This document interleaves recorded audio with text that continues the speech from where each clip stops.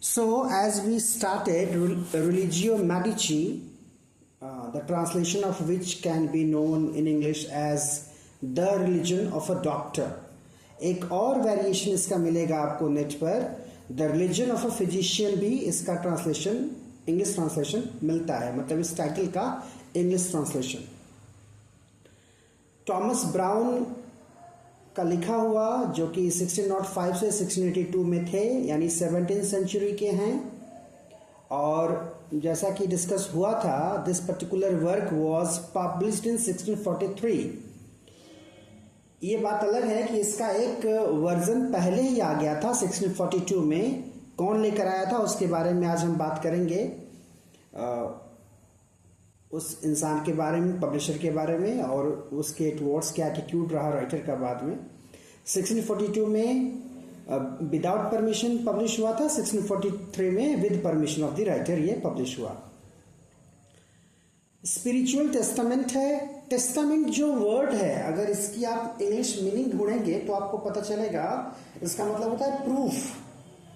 तो it's kind of spiritual proof. यानी एक और इंटरेस्टिंग बात यह है कि ये जो पर्टिकुलर वर्क है, कल इस पर डिस्कशन हो रहा था कि ये बुक है या क्या है, तो इसका एक पर्टिकुलर ये किस फॉर्म में इसको हम समझें, ये थोड़ा मुश्किल है जानना। But yes, it's a kind of long essay, एक एसे है ये, और जो कि खुद एक डॉक्टर का लिखा हुआ है। आपको बता दूं मैं, रिलीजियो मेडिची को लिखने वाले जो सर थॉमस ब्राउन थे, ये खुद एक डॉक्टर थे। बल्कि इंटरेस्टिंग बात है, 17th सेंचुरी में he had the degree of MD, जो मास्टर डिग्री होती है डॉक्टर्स की, वो डिग्री थी इनके पास, और काफ़ी लंबे सालों तक इन्होंने एज डॉक्टर वर्क भी किया था। तो एक डॉक्टर जो एक साइंस का आदमी है, कैसे वो रिलीजन को देखता है, क्या उसके कॉन्सेप्ट्स हैं, क्या उसके ओरिएंटेशन हैं, उसके बारे में बात है इसमें। और early psychological self portrait. Early क्यों अर्ली? क्योंकि एक लंबी लाइफ जीने वाला इंसान, जो लगभग 77 साल तक जिया इन्होंने, थॉमस ब्राउन ने, और ये लगभग 29 या 30 के थे तभी ये लिख दिया था उन्होंने। और एक्चुअली जब उन्होंने लिखा था तो पर्पस ये पब्लिकेशन का नहीं था, वो तो कह सकते हैं बाय चांस पब्लिश हुआ और फर्दर इन्होंने उसको एक्सेप्ट कर लिया। Another point, European best seller. तो यूरोपियन बेस्ट सेलर का मतलब, अब कोई पर्टिकुलर वर्क अगर एक लैंग्वेज में लिखी जाएगी, खास करके इंग्लिश में अगर लिखी जाएगी, तो ऐसा ज़रूरी नहीं है कि पूरे यूरोप में उसको लोग पढ़ें। पूरे यूरोप को पढ़ने के लिए उसको अलग अलग लैंग्वेजेस में पब्लिश होना ज़रूरी है। तो वेरियस ट्रांसलेशंस अवेलेबल हैं इसके, और जिस तरह से ट्रांसलेशंस का हुआ, यही कारण था कि it became a European best seller. Themes की बात कर रहे थे हम लोग, 2 पार्ट में हैं, दोनों पार्ट की थीम्स अलग अलग। पहले पार्ट में फेथ एंड होप है, दूसरे पार्ट में चैरिटी है। चैरिटी के बारे में बात करते हुए मैंने बताया था आपको that famous proverb, charity begins at home. और इसमें कुछ बिलीव्स की बात है। उन बिलीव्स में एक नाम आता है सोला फाइट का, जिसका मतलब होता है फेथ अलोन, यानी जो श्रद्धा है आपकी, जो विश्वास है, वो एकदम मजबूती से होना चाहिए, तब आप कह सकते हैं अपने आप को that you are a religious man.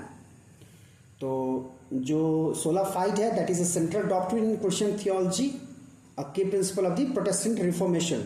तो इससे ये भी क्लियर होता है कि ओरिएंटेशन इनका क्या था।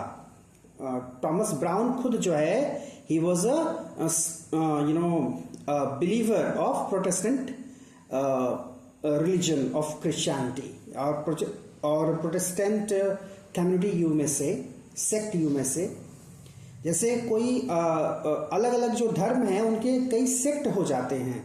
अगर बात करें आप बौद्ध धर्म की, तो बौद्ध धर्म में हम देखते हैं हीनयान, महायान 2 सेक्ट हैं, उसके 2 संप्रदाय हैं। आप मुसलमानों में देखेंगे तो शिया सुन्नी देखते हैं। तो उसी तरह से क्रिश्चियंस में प्रोटेस्टेंट और कैथोलिक होते हैं।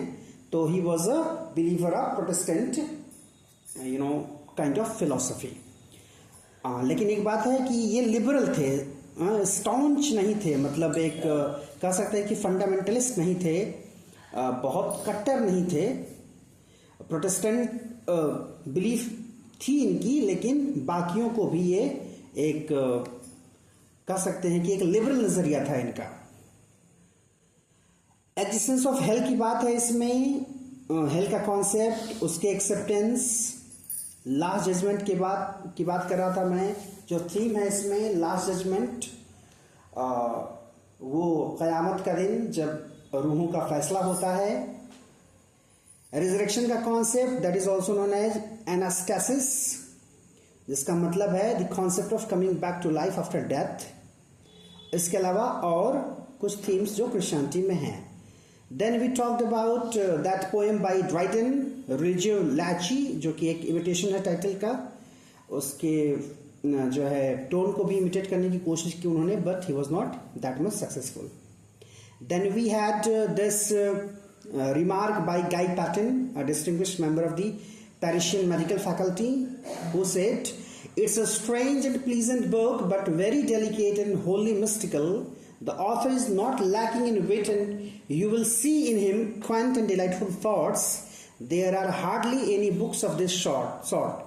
If scholars were permitted to write freely, we would learn many novel things." तो यहाँ ये समझिए कि फ्रीली कैसे वो लिख पाए, क्योंकि उनका उद्देश्य पब्लिकेशन का नहीं था। इसलिए जो समझ में आया, जो उनके पर्सनल ओपिनियंस थे, that is very much visible here in the text. Never has there been a newspaper to this. In this way, the subtlety of the human spirit could be revealed. इंसान की जो subtlety है, उसके जो कुछ महीन points हैं उसके थिंकिंग के, that is very much visible here. Then we talked about the words of Coleridge that he used after reading this text. Oh, to write the characters of this man. तो इस text को पढ़ करके obvious है कि हम Thomas brown के बारे में ज्यादा जान पाते हैं। Then we had the statement of Thomas De Quincey, the famous writer of Confessions of an English Opium Eater. क्या बोला था उन्होंने? I do not recollect more than one thing said adequately on the subject of music in all literature. It is a passage in Religio Medici of Sir T Browne and though chiefly remarkable for its sublimity. अब यहाँ समझने वाली बात है कि ये music कैसे है, इसमें लिटरेचर में म्यूजिक कहाँ से आ गया. तो इसके लिए एक सही फ्रेज यूज होता है लिटरेचर में, that is called poetic prose. आज बात करेंगे हम उसकी कि कैसे इट्स अ पोएटिक प्रोज. मतलब इस राइटिंग को अगर आप पढ़ेंगे then you will get to know how this is considered as a poetic prose. So kindly open the PDF that I sent you today. Then we'll discuss that.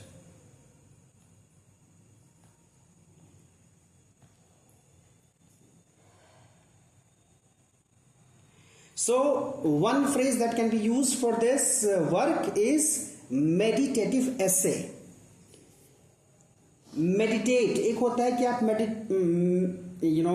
Meditation करते हैं, जब आप बैठकर समाधि में जाते हैं और बहुत deep philosophical bed of mind के होकर के आप एकदम शांत होकर के बैठते हैं. तो एक तरीका तो है कि आप बाकायदे फिजिकली मेडिटेट करें, दूसरा तरीका है कि आप अपने थॉट्स के थ्रू मेडिटेट करें. So that meditation is visible here. So it's a meditative essay. क्या फ्रेज यूज किया इसके लिए? अ प्रोज पोएम, यानी लिखा तो प्रोज में है लेकिन पढ़कर लगेगा जैसे कि आप पोएम या पोएट्री फील कर रहे हैं, वही पोएटिक प्रोज बोलते हैं उसको. Confession of faith and sort of private diary of the soul. ये देखिए इन्वर्टेड कॉमा में है, sort of private diary of the soul. तो ये फ्रेजेस या ये वर्ड्स खुद थॉमस ब्राउन के हैं. तो समझ सकते हैं कि ये जो मेडिटेटिव एसे है उसको समटाइम्स हम कहते हैं कि ऑटोबायोग्राफिकल है. कहीं कहीं पर मेमोआ टर्म भी यूज करते हैं उसके लिए, but memoir is not that much useful. Memoir मतलब तो संस्मरण होता है. ऑटोबायोग्राफिकल एलिमेंट्स हैं, ऑटोबायोग्राफिकल थॉट्स पूरे तरह से अवेलेबल हैं इसमें, इस एसे में. तो that's why it's a sort of private diary of the soul. और वो प्राइवेट डायरी किसी इंसान की नहीं है, सोल की है। सोल कहने का मतलब ये है that the writer is contemplative, the writer is having introspection. वो एक बाकायदे बैठ करके, कंटेम्पलेट करके, सोच करके, एक डीप थिंकिंग करके जो आउटपुट निकला है उसको राइटर ने यहाँ पर रखा है। So that's why this Religio Medici और the religion of a physician is hard to categorize. इसको कैटेगराइज करना थोड़ा मुश्किल है इसके जॉनरा को।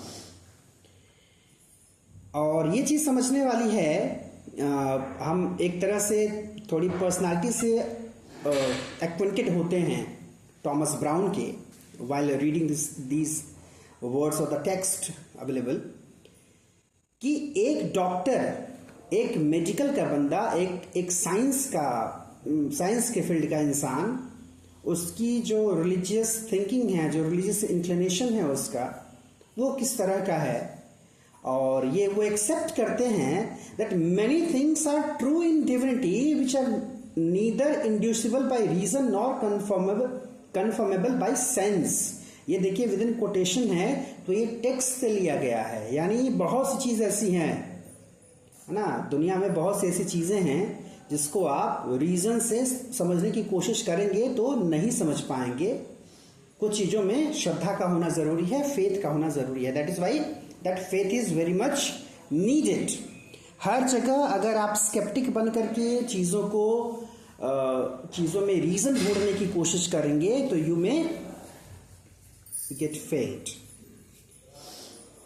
Then liberal interpretation of Christianity, यानी जैसा कि मैंने पहले बताया कि यहाँ जो डिस्कशन है उनका, वो प्रोटेस्टेंट जरूर थे, लेकिन ऐसा नहीं कि बाकियों के बारे में उनका जो नजरिया था वो बहुत कट्टर किस्म का रहा हो। आगे देखिए वर्ड है Browne's tolerant religious philosophy provided the chief interest for contemporary readers. वो दौर जो था वो सिविल वार का दौर था जब उन्होंने ये लिखा था। और कभी भी कोई वॉर्स जब होते हैं, किसी भी किस्म के वॉर होते हैं, तो आप समझते हैं कि वहां पर किसी न किस्म की कट्टरता होती है थिंकिंग में, तब वो वॉर होते हैं। तो ऐसे समय में इस तरह का टेक्स्ट का आना ये ज्यादा अपनी वैल्यू रखता है सोसाइटी में। लिबरल इंटरप्रिटेशन, नॉर्मली जब आप देखेंगे जो स्टाउंट सपोर्टर होते हैं किसी एक पर्टिकुलर सेक्ट के, जैसे मान लीजिए कुछ कैथोलिक लोग हैं, तो जब वो अपनी बात करेंगे तो अपने आप को सुप्रीम दिखाने की कोशिश करते हैं, अपने आप को सुपीरियर दिखाने की कोशिश करते हैं। लेकिन यहाँ ब्राउन के साथ ऐसा नहीं है। वो ये नहीं बताता कि जो प्रोटेस्टेंट सेक्ट है क्रिश्चियनिटी का वही बेस्ट है, ऐसा कुछ नहीं है। In the text we may witness paradoxes. पहले डिस्कस कर चुका हूं पैराडॉक्स का मतलब क्या होता है। जब दो अपोजिट चीजें एक साथ आती हैं, ऐसा लगता है कि कैसे वो एग्जिस्ट करती हैं, but they can exist together, they may exist together, वहां पर पैराडॉक्स होता है। एंड एल्यूसिव इमेजरी, एल्यूजन्स बताया जा चुका है, जो रिफरेंसेस होते हैं अलग अलग जगहों के उसको एल्यूजन कहते हैं। तो एल्यूसिव इमेजरी का भी काफी यूज किया है उन्होंने। कोई भी राइटर अगर एल्यूजन्स का यूज करता है अपनी राइटिंग में तो समझ लीजिए कि वो राइटर काफी पढ़ा लिखा है।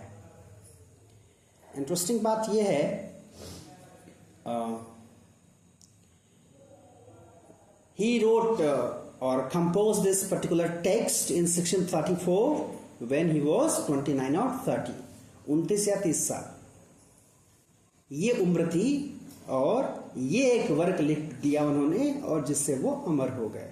बाकी और भी काफी कुछ लिखा था उन्होंने, लेकिन ये पर्टिकुलर वर्क उनको, अब जब ये नेट के सिलेबस में है तो इसका मतलब समझ लीजिए कि सिलेबस का मतलब ये है कि क्वेश्चंस आते हैं इससे। तो जिस इंसान की मैं बात कर रहा था शुरुआत में, जिस पब्लिशर के, उसका नाम है एंड्रयू क्रुक। तो एंड्रयू क्रुक ने ये काम किया था, बिना परमिशन के उनके इसको पब्लिश कर दिया था। तो अगले साल जो है 1642 में इन्होंने पब्लिश कर दिया। 1643 में फिर अपनी सहमति दे दी राइटर ने। और इंटरेस्टिंग बात यह है कि एंड्रयू क्रुक को ही पब्लिशर बनाया। इसका मतलब यह हुआ कि विदाउट परमिशन उन्होंने पब्लिश कर दिया, तो इस बात से राइटर नाराज नहीं थे, क्योंकि अगर नाराज रहे होते तो उनको पब्लिश करने को नहीं दिया होता। कुछ चीज़ें हैं जो हमको खुद से समझनी पड़ती हैं। आपने अगर पीडीएफ ओपन किया होगा तो देख रहे होंगे, उसमें एक पिक्चर भी डाली है मैंने। ये जो ध्यान से देखिए अगर पिक्चर को तो कुछ चीज़ें समझ में आएंगी। एक कोई इंसान है जो रॉक्स पर चढ़ने की कोशिश कर रहा है और ऊपर जाते जाते अचानक क्या होता है, वो गिरने लगता है। लग रहा है कि वो गिर रहा है और चढ़ तो रहा है रॉक पर, लेकिन जब वो गिरेगा तो कहाँ जाएगा? पानी में जाएगा, यानी डूबने के चांसेस हैं। ध्यान से देखिए, ऊपर आकाश से कोई एक हाथ पकड़ा हुआ है, जैसे कोई वहां हो, कोई हेवनली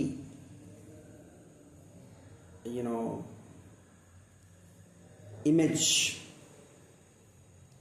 उसने हाथ पकड़ा हुआ है गिरने से बचाने के लिए। अब इसको कैसे समझा जाए? तो intervention of the divine through miracles is described as being the extraordinary effect of the hand of God. Again ये फ्रेज जो विद इन कोटेशन है, the extraordinary effect of the hand of God. किस तरह से divine या Providence या किस तरह से गॉड या गॉडली थिंग्स कैसे इंटरवेन करती हैं हमारी लाइफ में जहां जरूरत होती है, कैसे कुछ चमत्कार हो जाते हैं, कैसे ऊपर वाला अपने हाथ बढ़ा देता है पकड़ने के लिए। That is very much visible here in the ये जब पहले पब्लिश हुआ था तो उस समय ये फ्रंट पेज पर लगा था। नीचे देखिए लिखा भी होगा, फर्स्ट पायरेटेड एडिशन ऑफ 1642। तो बात कर रहे थे हम लोग कि किस तरह से ये यूरोपियन बेस्ट सेलर बना। तो उसका रीजन रहा, जब ये इंग्लिश में पब्लिश हो गया, then it got translated into Latin, Dutch, French, German and Italian. अब इतनी सारी भाषाओं में अगर पब्लिश हो जाएगा तो ऑब्वियस है कि यूरोपियन बेस्ट सेलर होगा तभी, जब लोग डिमांड करेंगे तभी। और इंटरेस्टिंग बात यह है कि इनकी लाइफ में ही लगभग 20 बार इसकी प्रिंटिंग हुई और आगे 16-17 सेंचुरी तक तो ये पब्लिश होता ही रहा और आगे जाके भी इसका पब्लिकेशन होता रहा समय समय पर। थोड़ी सी बात अगर राइटर की कर लें, जैसा कि मैंने बताया था कि उन्होंने एमडी की डिग्री हासिल की थी यूनिवर्सिटी ऑफ लेडन से 1633 में। और एक बड़ी इंटरेस्टिंग जानकारी मिली कि Thomas brown, sir Thomas brown कैसे बने। तो जैसा कि पहले भी मैं बता चुका हूं कि सर जो है वो एक टाइटल है जो कि नाइटहुड जिसको मिलता है उसी के नाम के आगे सर लगता है, किसी के नाम के आगे, हर किसी के नाम के आगे सर नहीं लगाया जा सकता। तो Thomas brown, sir Thomas brown कैसे बने? 1671 में चार्ल्स सेकेंड जो समय थ्रोन पर थे, जो किंग थे, वो पहुंचे नॉर्विच। नॉर्विच जगह का नाम है और वहां पर उस समय ब्राउन जो एज फिजिशियन काम कर रहे थे। तो Charles second wanted to grant that knighthood title. He wanted to bestow that title to Norwich's mayor. Norwich के जो मेयर थे उनको देना था नाइटहुड, लेकिन मेयर ने डिक्लाइन कर दिया and that is how second option के रूप में ब्राउन का नाम सजेस्ट किया गया और ब्राउन को बाय डिफॉल्ट मिल गया नाइटहुड। तो this is how Providence works, जिसके बारे में हम लोग पहले बात कर भी रहे थे कि कैसे भाग्य कभी कभी अपना खेल करता है। एक बड़ा अच्छा कोटेशन मुझे दिखा, the thoughts of Thomas Browne, through which he stated how he wanted to be remembered, कैसे उन्हें याद किया जाए। He says, at my death, I mean to take a total adieu of the world, not caring for a monument, history or epitaph, not so much as the bare memory of my name to be found anywhere but in the universal register of God. कह रहे हैं कि जब मैं दुनिया से जाऊं तो मैं पूरी तरह से अलविदा लेना चाहता हूं, टोटल अडीव ऑफ द वर्ल्ड। मुझे इस बात की परवाह नहीं होनी चाहिए कि मैं अपने पीछे कौन सा मॉन्यूमेंट छोड़ के जा रहा हूं, कौन सी हिस्ट्री छोड़ के जा रहा हूं, और एपिटैफ क्या लिखा जाएगा। एपिटैफ क्या होता है? जब कोई मरता है तो उसके कब्र पर जो लिखा जाता है, दैट इज कॉल्ड एपिटैफ। कह रहा है कि अपने नाम के लिए, अपने नाम से जुड़ी कोई भी मेमोरी मैं नहीं चाहता दुनिया में छोड़ करके जाना। बस क्या चाहता हूं? रजिस्टर, जो गॉड का यूनिवर्सल रजिस्टर है, वहां पर हूं मैं केवल। मतलब दुनिया वाले मुझे याद ना करें, मैं नहीं चाहता कि दुनिया वाले मुझे याद करें। मैं गॉड के यूनिवर्सल रजिस्टर में अपना नाम चाहता हूं। This is how he stated his feelings. But yes, इस तरह की फीलिंग्स उन्हीं की डिस्कस होती है जिनको दुनिया याद करती है। That is why see we are discussing a person of 17th century in 21st century. 21वीं शताब्दी में हम बात कर रहे हैं, 400 साल बाद भी उनकी बात कर रहे हैं। कह कर तो गए कि मुझे याद ना किया जाए, लेकिन हम लोग देखिए अपने क्लास के थ्रू भी याद कर रहे हैं इनको। So this was all related to this particular great work by Thomas Browne.